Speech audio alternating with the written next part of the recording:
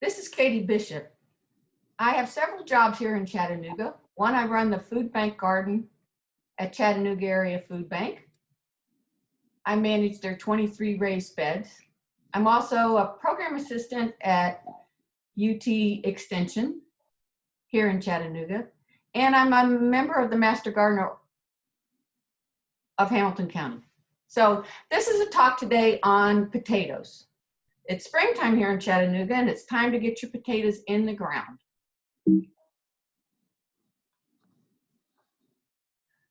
Potato is a tuberous crop in the nightshade family, which also includes tomato, pepper, and eggplant. Potatoes like a well-drained, loose soil, full sun, but they'll grow in just about anything. You plant a seed potato in the early spring, and then you harvest when the plant starts to die off, usually about 85 days. And from one plant, you can get about 7 or 8 potatoes. Potatoes are in the nightshade family, along with tomatoes and eggplants. And this is a picture of 2 different tomato types. If you talk about a tomato leaf, you'll get a regular tomato leaf, like on this Rutgers, and then Brandywines have a potato leaf. So this, if somebody talks about a tomato with a potato leaf, this is what this shows. So the bottom picture there, the Brandywine, is a potato leaf. When you buy your potatoes, you usually should get them from a hardware store. The regular potatoes in a grocery store may be sprayed with a suppressant, and this is to keep them from sprouting in the grocery store with the light. So this was from Ace Hardware. It's a 5-pound bag of potatoes. You look inside, some of them have already started to sprout. There were about 20 potatoes in this bag, and you want to check for any of them that feel real mushy. Obviously, just throw those out. To get your potatoes ready to plant, you need to generally cut them. You only want 2 or 3 eyes on each piece of potato. Cut them with a sharp knife, not a serrated. A serrated knife will leave the edges of the potato that you cut kind of jagged, and this will allow for more bacteria to come into the potato when you're trying to harden it off. You don't want to have too many eyes or plant such a large potato. If you have too many eyes on it, then the plant itself will become too bushy. You want to force the plant to produce more potatoes and not just necessarily live off of the seed potato. So you'll see most of these in here have been cut, and some of them have 3 eyes, some may have 4, but generally you try to get 2 or 3 eyes on it. If your potato is small, golf ball size, or just a little bit bigger, there's really no need to cut that one at all. You need enough of the seed potato to support the plant itself. Because just like any other seed, this is where the smaller plant gets all its nutrients from until you can get enough leaves on the plant to have photosynthesis and support the plant that way. So this is no different than any other seed. Like if you put in an okra seed, the little seed itself has all the nutrients the plant needs until it gets its true leaves, as opposed to the seed leaves. So after you cut your potatoes, you let them sort of harden off for 2 or 3 days. This is just on a shelf in the food bank greenhouse, but you can set them any place that gets enough air circulation in a cool place, out of the sun. And this is just on a lower shelf. You could put them in your garage or in just a dark area. You obviously don't want a lot of sunlight on them, because that will just encourage more of the sprouting. So at this point, you don't really want really big sprouts on them. You just want to let them harden off a little. And you do this so they just don't rot directly into the ground when you put them in there. So chitting, C-H-I-T, means to encourage the seed potato to sprout before it's planted.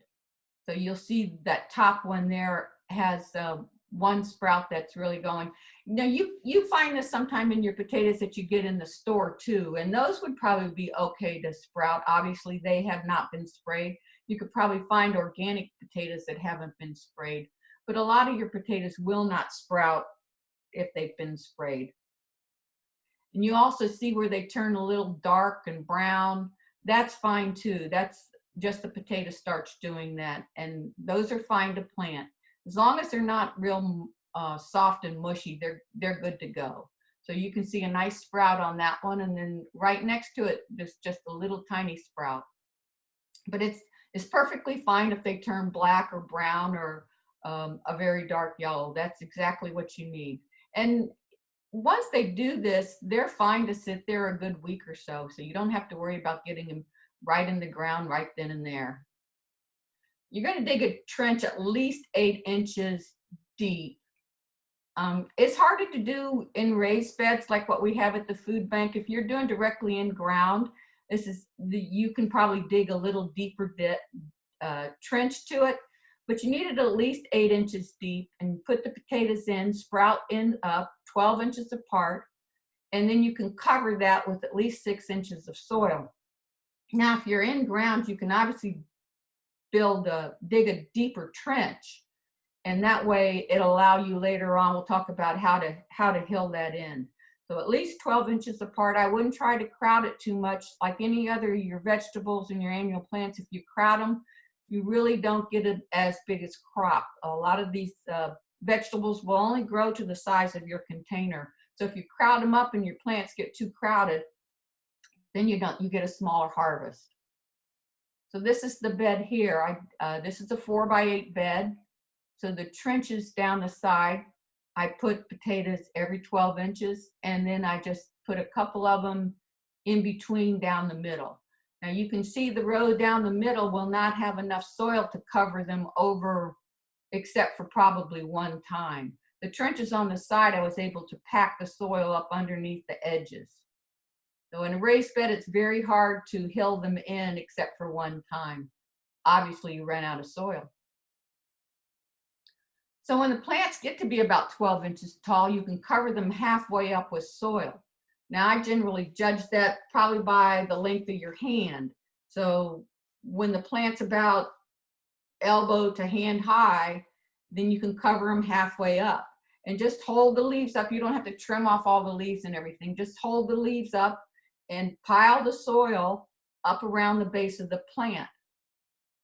If you have a container that's big enough, or if you're in ground, once the plant again is 12 inches tall, you can kind of hold up all the leaves and then hill up more soil halfway up. You can continue to do this as long as you have soil to do it, and as long as your container is big enough to do that. That's why people do this, like with tires or any of your other things. As long as you can keep adding another area to put more soil, then that's fine to do that. When you bury the stems on that will encourage more growth for more potatoes. So there, it's just halfway up the plant. This is called, when they put off a shoot, that's called a stolon. So the stolons from the shoot is where the potatoes will form. You want to water 1 to 2 inches a week, and then use a fertilizer that's a 5-10-10 or an 8-24-24. And this is more beneficial for the potato growth itself. If you use something with a higher nitrogen number, that's the first number, you'll get more of a bushy plant. You want to encourage not so much the bushy plant part, you want to encourage the growth itself. So you fertilize about 2 weeks after you plant them. Let the sprouts come up a little bit, and then do a light fertilizer there. And then you want to fertilize them later on in the growing season. And then you can do maybe a little bit heavier fertilizer at that point. The potato really does have a pretty little flower on it. This is a bed actually in my backyard. There's a close-up of the potato flower. And when they start flowering, that's when you actually start, potatoes are starting to form.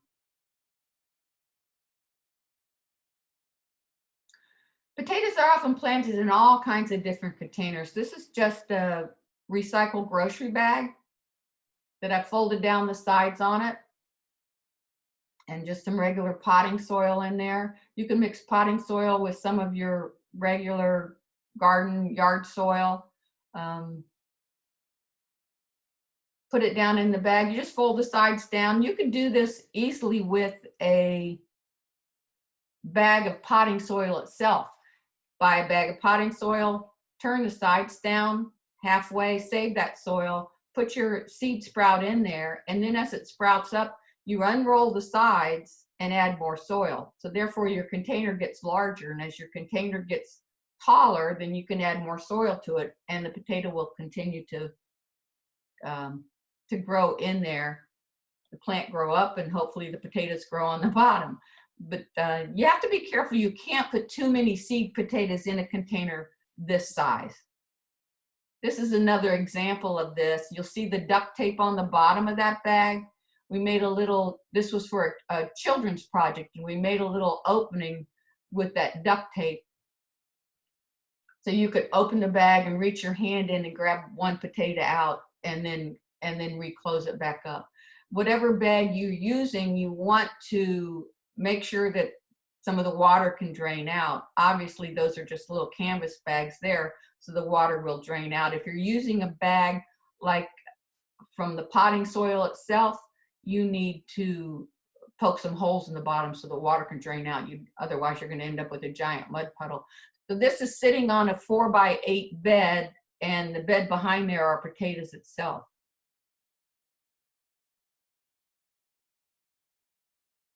When you dig the plant, make sure you dig right next to the plant, and then sort of loosen the soil around that. Most of your potatoes are going to be directly underneath the foliage, under the plant itself. Now this bed, I think probably could have set in there another couple weeks. At the food bank, I just needed to get those potatoes out and some other summer garden plant in. The longer you let them sit in there, the more potatoes you have, and the potatoes you'll probably get are bigger. But doing a 3-season crop at the food bank, I need to turn the beds over. So this was probably, put it in probably the end of March or sometime 1st of April, and this was harvested in June. So roughly that time frame. But you need to be careful about digging too close to the bed. Loosen the soil, kind of dig up near it, and then that way maybe you can get your shovel underneath it, or if the soil's soft enough, your hands underneath it, and gently pull the plant at the same time. The little mushy one there on the left is right by my thumb is actually the seed potato. So this plant, you don't often find the seed potato still connected to the plant, but this plant still had the seed potato as well as the regular potatoes when I was digging this up. So there's a picture of the stolon. You can see it attached further up. That's the white looking string there. That's further up on the stem itself. The rest of them are attached lower.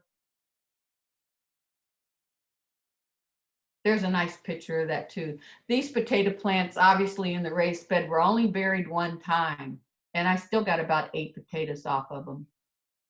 So that's doing pretty good. And I don't remember if maybe I fertilized these beds one time, but potatoes are a hardy crop, and they are fairly easy to grow. You can see where it's kind of darker color right at the base of the plant. That's probably where the stem potatoes rotted out.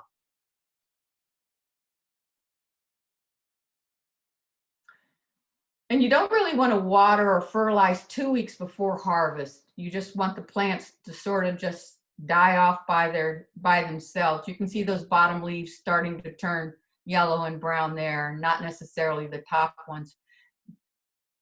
You don't want to encourage more growth on the plant or the roots or the potatoes themselves before you harvest. If potatoes are too close to the surface and they get a lot of sunlight, they'll turn sort of green, and you want to try to prevent that green. The green is called solanine, and that it's not harmful to eat a small portion of that, but it can make you feel ill if you eat a lot. I wouldn't advise eating green potatoes. There's a small area on a potato, you can certainly just cut that out. But use some straw or mulch, or try to rebury those potatoes that are close to the surface. Somehow get them out of the sunlight. And this can also happen with potatoes that you buy in the store. And that's why they also tell you just to store them in a dark, cool place. And you always want to store potatoes out of the sunlight. The sunlight will make them turn green. And it's a chemical compound in there.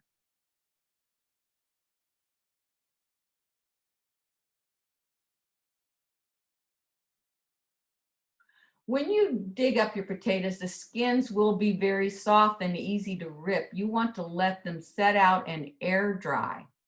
And I would let them do this a couple hours even before you handle them. It just it'll harden them up pretty quickly, just the skins themselves. So be very careful when you dig potatoes. Even don't try to rub the soil off of them. Even just rubbing the soil like that will damage the skin on these little potatoes.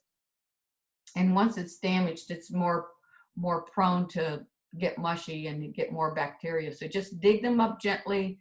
Don't try to handle them or brush them off or clean them off or wash them or anything else. Just let them air dry. And the small potatoes do not store well, and you just want to use these first, or even the ones that got split with the shovel. These don't store well at all either. So use the smaller ones, or ones that happen to get damaged during harvest. Use those right away. Don't try to store those at all. That's the end of this slideshow. If you like this, I just want you to remember that you can go to the Master Gardener Hamilton County webpage, and we will be having more gardening vegetables on there. And if you have any questions, you can certainly contact me at the food bank or through UT Extension. Thank you very much.